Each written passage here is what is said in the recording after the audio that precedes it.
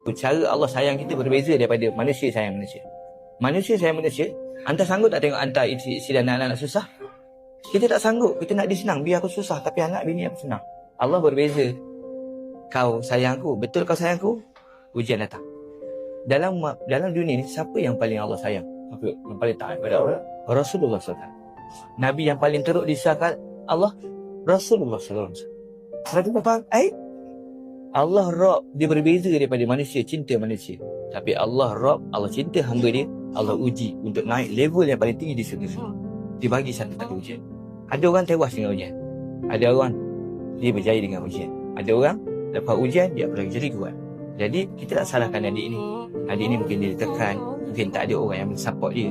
Tapi percayalah kalau dia jumpa apa. Abang dulu bila dengar satu bayan, orang cakap satu ulama beritahu, dalam hati kita ni kena ada dua. Pertama kena ada Allah, yang kedua kena ada Rasul. Abang teman tahu, tiba-tiba dia cakap, tuan-tuan, isteri dan anak-anak tak boleh masuk dalam ni tuan-tuan. Abang tak boleh terima bayan, tinggi sangat ni, pelik ni. Ibu dan ayah tuan-tuan pun tak boleh masuk dalam ni tuan-tuan. Hanya Allah dan Rasul yang boleh masuk dalam hati tuan-tuan. Saya kata ini memang aku tak boleh terima.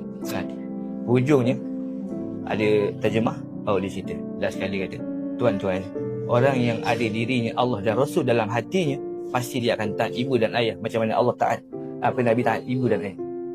Kalau orang yang ada Allah dan Rasul dalam hatinya, dia pasti sayang anak bini macam mana Nabi sayang anak bini.